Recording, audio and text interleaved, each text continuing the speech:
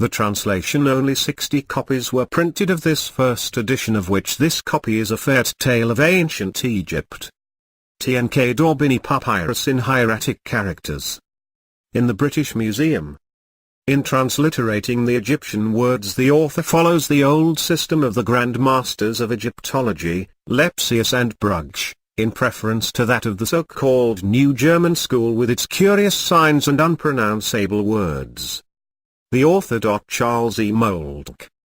Once upon a time there were two brothers of the same mother and father. Anubis was the name of the elder and Bataul that of the younger. Now Anubis was married and had a Phthlios, while his younger brother was his servant. He attended to the clothes, and followed he cattle on the Paltna, and did the ploughing and the threshing. In fact, he did everything connected with the farm. He was, indeed, an excellent workman, and none could be find like him in the whole country. He was, besides, a good brother. Now for a long time this younger brother was tending the cattle according to his daily wont, returning home every evening, having on lace back the herbful of the field that he had gathered while on the pasture, and setting them down before his older brother, who passed the time with his wife in eating and drinking. Then he lay down to sleep in the stable with his cattle as usual. The next day he would bake loaves of bread on the fire and place them before his older brother and take some loaves to the field. Here he tended his cattle, pasturing them and walking behind them. But they would tell him where there were good herbs growing, and he would listen to all they've told him and drive thither where they could find the good herbs they loved so much. His cattle, consequently, thrived under his hands and their joy multiplied greatly. Now when the time of ploughing arrived, the older brother said to him, "Come, let us take our yoke of oxen and get ready for ploughing, for the soil is beginning to appear after the inundation and is now in excellent condition for ploughing. Do you, therefore, go to the field with seed. Tomorrow we will begin to plough." Thus he said, and younger brother mewed. Ill the arrangements with which his older brother had charged him. On the following day they went out on the field with the yoke of oxen and began to plough. They were quite cheerful at their work and not idle for a moment. Now Macphira fern days they were again at work in the field. Tkafi the older brother came to the younger and said, "Run and fetch us some seed from the town."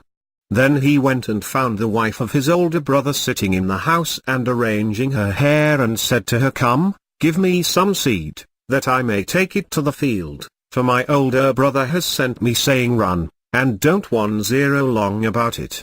But she answered him, "Oh, go yourself. Open the bin and take as much as you need. I am afraid, lest my tresses fall to the ground." Said the young man, went to the stable and took a big basket, which he filled with as much seed as he needed, and put on his shoulder full of barley and spelt. But when he came back with it, his brother's wife asked him, "How much have you on your shoulder?" He answered, "Of spelt I have 3 bushels, and of barley 2, making in all 5 bushels that I have on my shoulder." That was all he said. But she replied, "You are, indeed, very strong. I have for some time already been admiring your strength." And her heart grew desirous, for she knew his strength. Then she arose, being passionately enamored of him, and said, "Come, let us enjoy an hour of intercourse, and I will do many favors for you and will surely make you 2 beautiful garments." But the young man became like a southern panther and flew into a towering rage, because of her solicitation to such a sin that she asked him to commit. When, therefore, she became very much afraid, he said to her, "Are you not as a mother to me, and your husband as a father? Is he not older than myself and supporting me? Oh, what terrible sin is that which you want me to commit? Don't ask me again. As for me, I will not divulge it to a living soul, nor shall any mention of this matter issue from my lips to any one." Thereupon he went to the field, and when he arrived where his older brother was, they kept on in their work. In the evening, however, the older brother went home, while his younger brother walked behind his cattle, bearing on his back all the produce of the field and driving his cattle before him to let them rest in the stable which was in the town. But the wife of the older brother was afraid that his younger brother had told him all that she had said, so she besmeared herself with grease and dirt and gave herself the appearance of one who had been ravished. What she intended to say to her husband, "Your younger brother has done me violence." Now when her husband retained the evening as usual and came to his house, he found his wife lying on the floor like one who had been outraged by some villain. She did not fetch him water for his hands, as she always did, nor did she light the eye lamp for him, but his house was in darkness, and she was lying besmeared on the floor. Then he asked her, "Who has had intercourse with you?" She answered, "Who else but your younger brother, when he came to get some eat for you and found me alone. It was then he said to me, Come, let us enjoy an hour of intercourse. Put on your new dress." So said he to me. But I did not listen to him, and answered, "Am I not as a mother, and is not your older brother as a father to you?" This is what I answered him. He, however, became alarmed and assaulted me, so that I might not disclose this to you. Now, if you let him live, then I must die, for he will come to beat me, because I have betrayed to you his wicked words. He will surely do. Then the older brother became like a southern panther, and whetted his knife, and took it in his hand. Then he hid behind the door of the stable, in order to kill his younger brother, when he should return in the evening and drive his cattle into the stable. Now when the sun had set, the younger brother loaded himself with all the herbs of Thistled, as was his daily custom, but when he came Shliam, and the leading cow was about to enter the stable, Ish cried out to her driver, "Take care, for he rolled a broth. Tsr is standing in front of you with his knife, to kill. Suti. Step aside and flee from him." Then Ty listened to what his leading cow had said. When the next cow was about to enter the stable, she said the same thing. So he looked under the door of the stable and saw the feet of his older brother, who stood behind the door with the knife in his hand. Then he dropped his load and ran away. But his older brother pursued after him with his knife. T7 And the younger brother invoked the sun god Rahoku, praying, "O, my Lord and gracious God, be thou there. Judge here between the guilty and the innocent." Then Ra 65 heard his prayer and caused a big river to flow between him and his older brother. This was full of crocodiles. Each of the brothers was, therefore, on a different side of the river. Then the older brother threw a stone twice at the younger without hurting him, however. But as he did this, Tjatir called out to him the latter from the other side, saying, "Lo! On the morrow, when the sun is risen, I will explain everything to you and will give you the true facts, but I cannot be a son to you any longer, nor will I stay in the same place with you. I shall start for the Acacia Hill." On the following day, when Rihokuti had risen, the two brothers met again. Then the younger addressed the older brother, saying, "Why do you pursue me, and why do you wish to kill me without cause? You have not heard me say such words as I am accused of, for I am truly your younger brother. Indeed, you have been as a father to me, and your wife as a mother. Now listen, when your wife told me to get the seed for us, she said to me, 'Come, let us enjoy an hour of intercourse.' Alas! See how she has perverted the truth to you." Then he revealed to him everything that had passed between himself and his brother's wife and swore by Rahokuti, saying, "What did you mean by acting so wickedly and trying to kill me, when you were standing behind the door with your knife? Fie upon such treachery." Then he took a sharp knife and maimed himself, casting the flesh into the water as food for the fish. Then he became very weak and faint. But his older brother took it very much to heart and wept violently. Still he could not cross over to his younger brother on account of the crocodiles. Then the latter called out to him, saying, "Behold, you imagined an evil thing of me and were ignorant of the good service I had done you. Come now, go home and tend your cattle, for I will not remain with you, but will go to the Acacia Hill, because you came to harm me. Learn, however, what will happen to me in the transformation of my heart, which I will place in the highest blossom of the acacia. When the tree is cut down, the heart will fall to the ground, and you will come to look for it.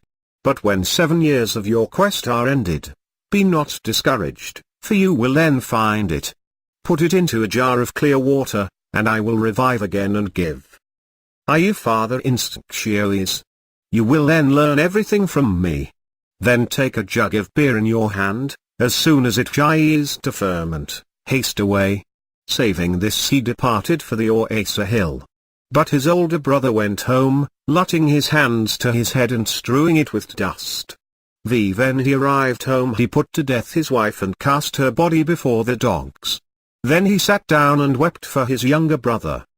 Now for a long time the younger brother lived on the Acacia Hill with no one to keep him company. He passed his time with hunting the beasts of the country and resting during the night under the acacia, in whose highest blossom his heart lay.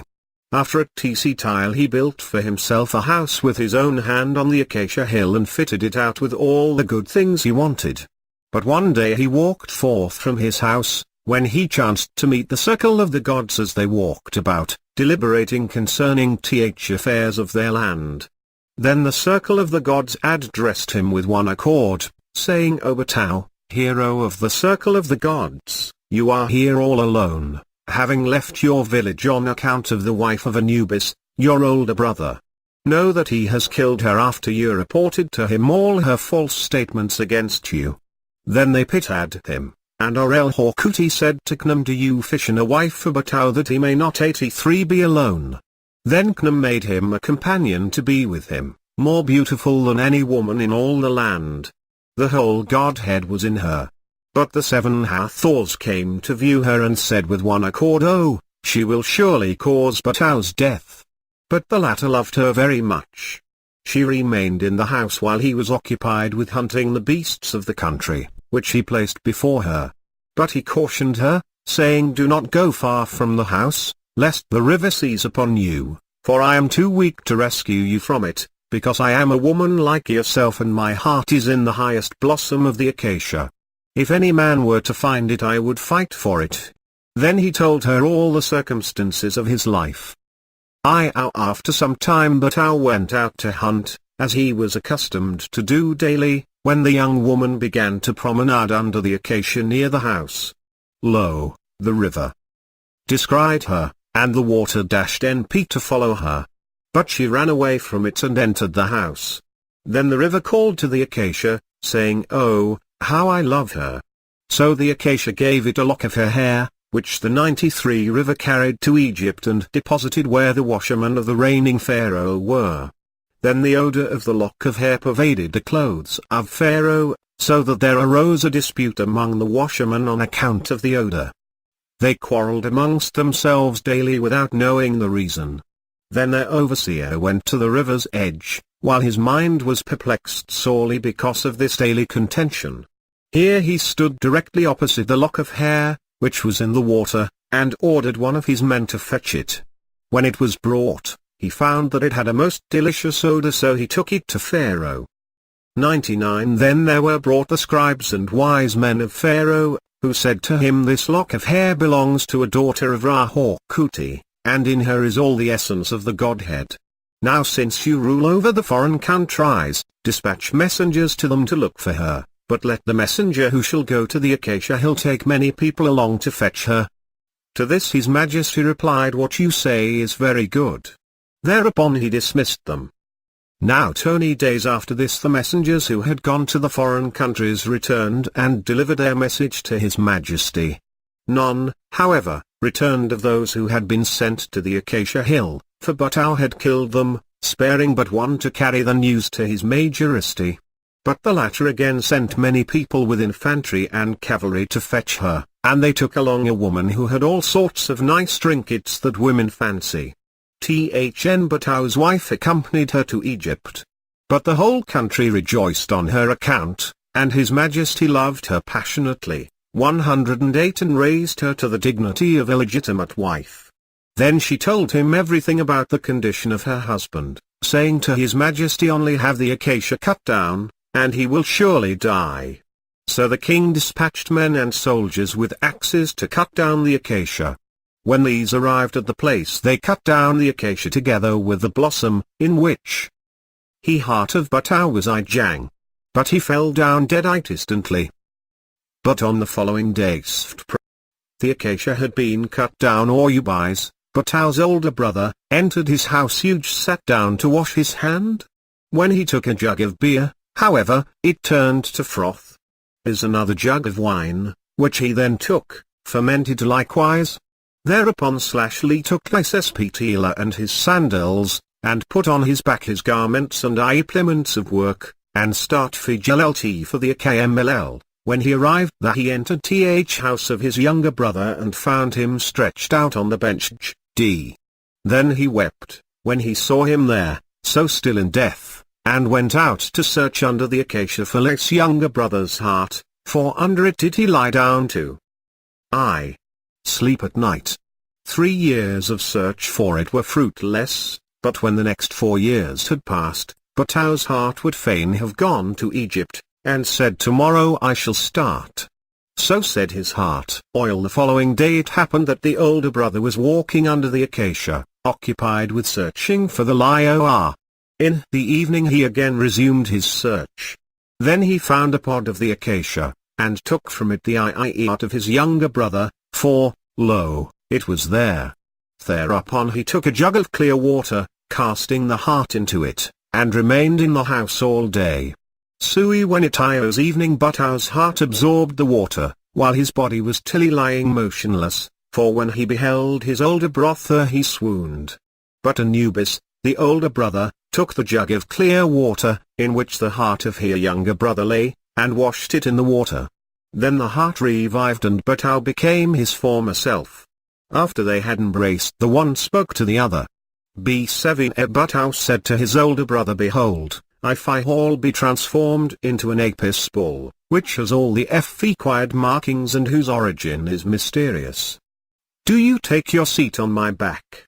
Oh, do this, for when the sun god Shu shines we will arrive where my wife now is.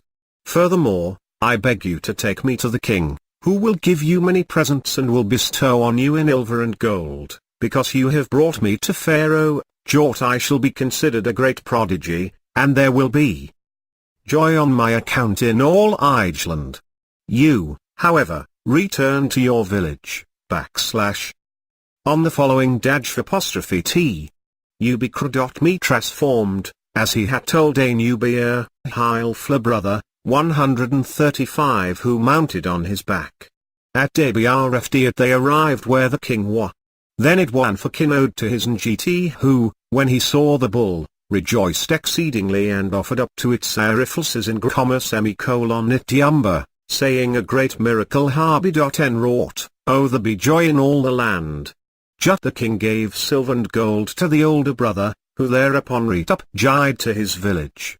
Then there were provided for the bull.ny servants and many dainties, because Pharaoh and all the people the whole land had become exceedingly fond of it. Come time after this the bull went into the harem and stood in front of the queen, and addressed her, saying, behold, I am still alive.